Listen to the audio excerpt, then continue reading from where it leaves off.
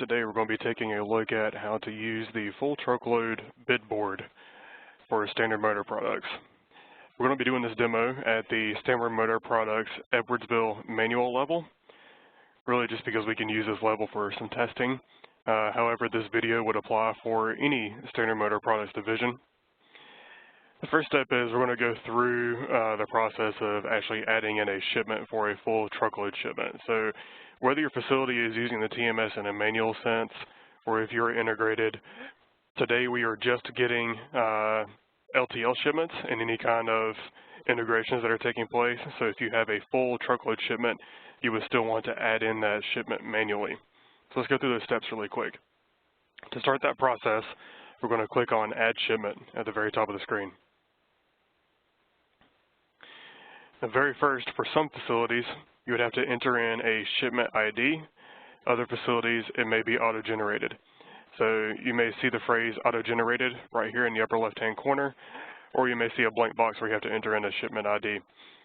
I'm just going to type in a fake ID. So let's do test 4/11/16/10/02. Next, we'd want to indicate our origin and destination locations. We'll start with the origin that's already defaulted for the Edwardsville, Kansas plant. And let's just type in a fake address for the destination. And we'll send this to Hickory, North Carolina.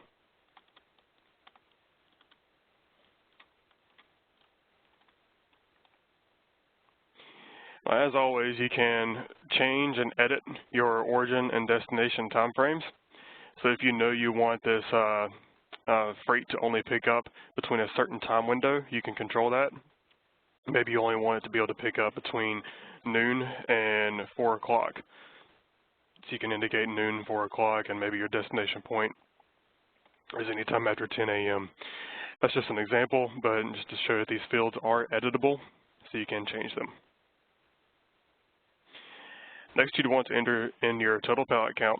Again, we're doing a full truckload shipment, so let's act like we have, for example, maybe 25 skids. You'd want to enter into your total pallet count, but you'd also want to enter in your items by the pallet in the actual item section. This way, the item information on the BOL reflects the same thing as the total pallet count on the BOL. So say we have 25 pallets, perhaps this 26,000 total pounds, and we'll just put a description of test shipment.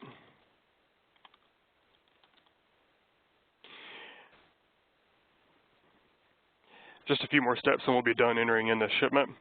You'd always want to indicate an order type. This order type field will allow us, whenever we receive the freight bill on Transportation Insight side, to understand how to GL code the freight bill whenever it comes in for processing and payment. So if you've got an outbound shipment going to a customer, it may perhaps be an SO. If you have a shipment going as a return back to a vendor, it may be a different kind of order type. If you're not sure what your order type should be, please check with your superior and or Chris Bresnahan, and they can steer you in the right direction. You do have the ability to enter in any other kind of reference codes. Perhaps you're wanting to record a customer's PO number. You can select that type reference, type in that information, and it'll print on all the documentation. Finally, for the last two steps, you would want to indicate any kind of special instructions if you have them. This would be a very important field to use if there's something unique about the shipment, or if maybe you needed some kind of special service, or if there's just something that you wanted the carrier to know about. So let's type out, just so we can see it on the documentation here in a moment, let's type out test special instructions.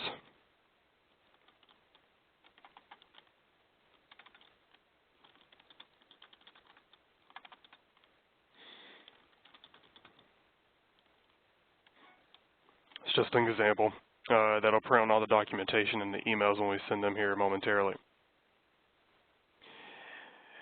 And again, we're doing a full truckload shipment, so the LTL accessorials and services don't really apply in this scenario.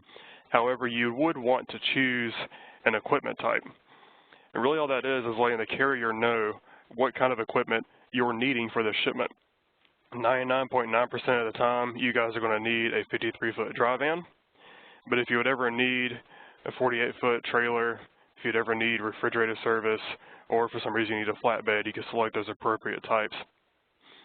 And again, in a moment, whenever we trigger the emails and the documentation, that information would print so that the carrier knows exactly what they're bidding on. So let's recap what we did real quick. We entered in a shipment ID. We set our origin and destination information. We indicated our total pallet count and indicated our item information. Filled out our order type, recorded any extra references, as well as special instructions if we had any, and selected our equipment type for the full truckload shipment. So now that we're completed putting in all this information, we're just going to hit save to save the shipment. And once I do that, we'll be brought to a page where we can see all the information that we had typed in, so you can make any last-minute edits if you needed to. So for example, if there was something wrong with the consignee address, or if there was a typo in the information that was put in, you can always click the green plus sign and change it, click update, and you can update directly from the screen. You don't have to go and enter in an additional one. Now the first thing we want to do is make sure that we don't have contract rates already for this lane. We know we don't because this is a test shipment, but let's go through the steps of checking that. Because if you do have contracted rates with a full truckload carrier that are loaded in the system, you'd want to use those instead of putting this out for bid. So let's just double check to make sure that we don't have contracted rates in place. We'll click the green plus sign at customer rates, click the drop down, and select add contract rate. The system will attempt to rate shop this, but it's going to pop up and say no contracted rates found. See, right there, no rates found. So if I click on OK, it'll take me back to the load detail screen. Now again, had a rate pulled up, I would want to use that contracted rate instead of putting it out to bid. But since there are no contracted rates, I now want to put this out on the bid board so that the group of carriers that can see the bid board have the opportunity to reply back with their potential bids and place them in order for them to be considered. So directly below the customer rate section, there is a bid section. If for whatever reason you do not see this section, contact TechOps at t-insight.com or Kevin Hunt or Stacy Baldwin and we'll get it turned on for you. However, it should be turned on for all Standard Motor Products users as of now. To place a new bid, we're going to click the Edit button and a new window will pop up. Now to place this out to bid, you're going to want to select a group of carriers from the very first drop-down. Now if I select this drop-down, I'm going to see two potential groups. There is a bid test group for this demo. Obviously, it's just a test. There's nothing real behind it. You would not want to use this for a real load. But then you will also see a bid STAN03- whatever your facility acronym is. Again, we're working with Edwardsville right now, so it says bid STAN03-EDW. But if you're an independent, it'd be bid STAN03-IND, or if you're Virginia, bid STAN03-VIR. We worked with Chris Bresnahan to single in on the carriers that haul full truckload freight for your facilities so that all those carriers, plus some additional brokerages that we've added in the mix, will be able to see the load that is specific to your facility and place an appropriate bid. Now again, this is just a test, this is just a demo, so I'm going to select the test role right now. Now, there are a few other fields that you can drive. We'll hit these quickly, but they are not required. The only selection that is required on the screen, the only one that's required, is the very top list. You have to select a group of carriers for this to go to. However, you do have some other options. By default, the bid amount that the carrier will respond with will be the full all-in total. You can change this to full detail where the carrier will have to break out the fuel amount and any accessorials, etc., if you want to. However, I would recommend leaving it selected as total only, as that will be the full all-in price from the carrier. You can indicate the maximum bid amount if you want to, which would be the max that the carrier could possibly bid in order for it to be considered. So, for example, if you know you're not going to pay $1 more than $2,000, you can put $2,000 here, and any bids that are placed above that would not be considered. You can also set a minimum bid delta, meaning that one bid has to be better than the next. Now, while the carriers cannot see what they're competing against, if the next subsequent bid is not within a certain dollar amount of the bid delta that you set here, they will receive a notification letting them know they have to lower their bid by X dollars in order for it to be considered. Again, this gives you a little bit more functionality in the bid board, but the majority of our clients leave it blank. I would recommend just leaving it blank. Finally, there is a Book It Now service, kind of like Buy It Now on eBay, where you can select this box and enter in an amount that if the carrier bids that amount, that'll be the magic number where they'll automatically win the load. So if you know that you're willing to pay $1,200 for the load, you could type in $1,200, and if the carrier bids $1,200, they'll automatically win it. And it's a very efficient feature if you know that's what you want to pay. However, most folks leave all of this blank so that they can see what the full results are and choose accordingly. Lastly, the expiration will be set automatically for 24 hours out. You can tweak this if you want to. You do not have to wait a full 24 hours for the bid process to take place. If we put this out to bid now and you have responses within 2 hours and you want to select a carrier and move forward, that's fine. But until you select a carrier, the carriers will automatically have 24 hours to work on this bid. So let's go ahead and hit the Save button. When I hit the Save button, it's going to trigger the emails to go to all the carriers so that this load will be put out to bid, and the carriers will have the opportunity to go and log in and bid on it. Now that we hit Save on the bid pop-up window, the emails have now been triggered to go out to the carriers. So let's pull up an example of what that email looks like so we can review it. Now again, I've got everything turned on in a demo environment so that we can review this in its entirety. So this is an example of what the carrier would actually see. It'd see a summary of the shipment from pickup to drop, including, for example, if you wanted to click directly within the email to go launch TMS and place the bid, they could do that as well.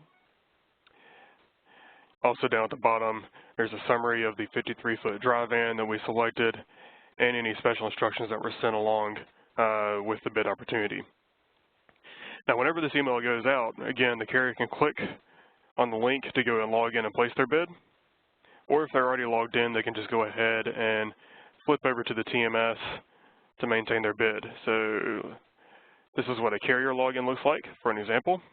Let me hit the refresh window. And there's the load that we entered in, going from Edwardsville, Kansas to Hickory, North Carolina. If I expand this out to the right, the user can even see who it was that typed in the load, if they needed to contact them with any questions. So let's log in as this carrier and actually place a load. Let's say place a bid for $1,200. And we'll go log in with a second carrier user ID also and place a second bid. And here we've logged in with a second carrier ID as well, and we'll place a bid of $1,300. So now we've placed 2 bids on this load. Let's go back to TMS as the Edwardsville user to review the responses. Now back on the loads screen, there will be a report listed here for the bids in progress. If I click on the bids in progress report, I can see the list of the loads that are out in TMS that currently have a bid in progress. This is the one that we are working on, going from Edwardsville to Hickory, North Carolina. And at any point in time, I can click into that load to review any responses that we've gotten thus far. If I scroll down to the bottom, I can see there are the 2 that I entered in when I was logged in as a carrier. One was from Gentry Trucking, another was from Knight Transportation. These are totally fake carriers that you would never see come back on a bid response. It's just an example. Now let's say that this has been out for a couple of hours and I've gotten multiple responses back, and I would like to go ahead and select a carrier and tender this load to them for pickup. In order to do that, all I have to do is select one of the checkbox icons to the left of the carrier. Now, these look like checkboxes that are already checked. It's because these are really just icons. It's not a functioning checkbox. It's the same thing as just a picture.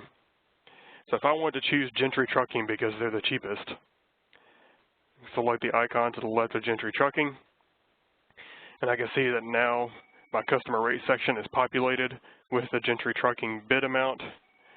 Also, the carrier has now been rated as Gentry Trucking. From this point forward, the process is exactly the same as if you would have selected a different carrier with a contract rate. You'd want to tender this shipment to the carrier so that they can receive the pickup notification. So I can select tender. The email will go to whatever email address is already automatically loaded, or if for some reason that contact is out of the office, or in this case, because we're doing a demo, we could just type in a fictional email address. Actually, it's not a fictional email address. We'll type in my email address so we can see what the tender looks like.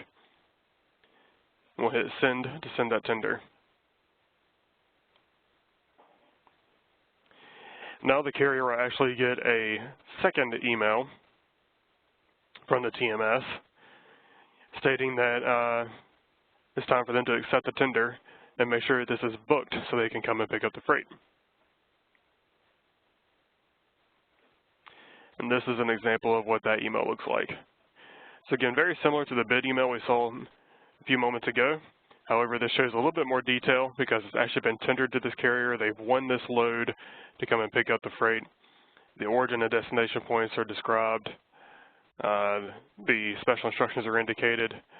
And there's even a full-blown tender with all the documentation attached that has been made specific to Standard Motor products.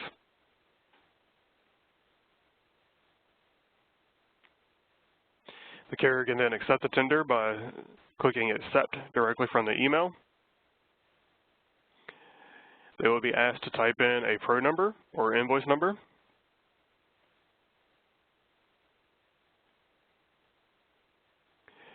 And if we flip back over to TMS as the user, refresh our screen, we'll just go to a different tab and come back to the tab that we were at. It's refreshed our screen now.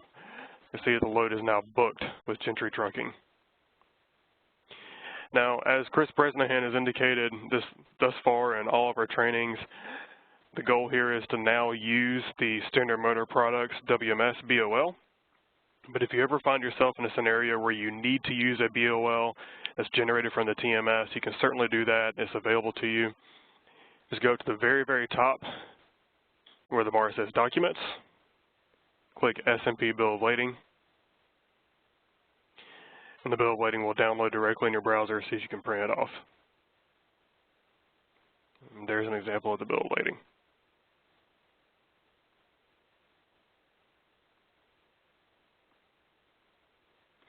And that's it. Those are the steps for using the bid board in order to put a full truckload shipment out to bid for your group of carriers to reply back with their respective prices. If you have any questions, just navigate back to the dashboard. In the dashboard, there are contact groups here. There's TMS support groups as well as TI support groups. You can contact either group by checking the icon out to the left, clicking the icon out to the left and downloading the contact list. That concludes the training for the bid board use. Again, if you have any questions, please do reach out to us and we'll assist however we possibly can. Have a good day.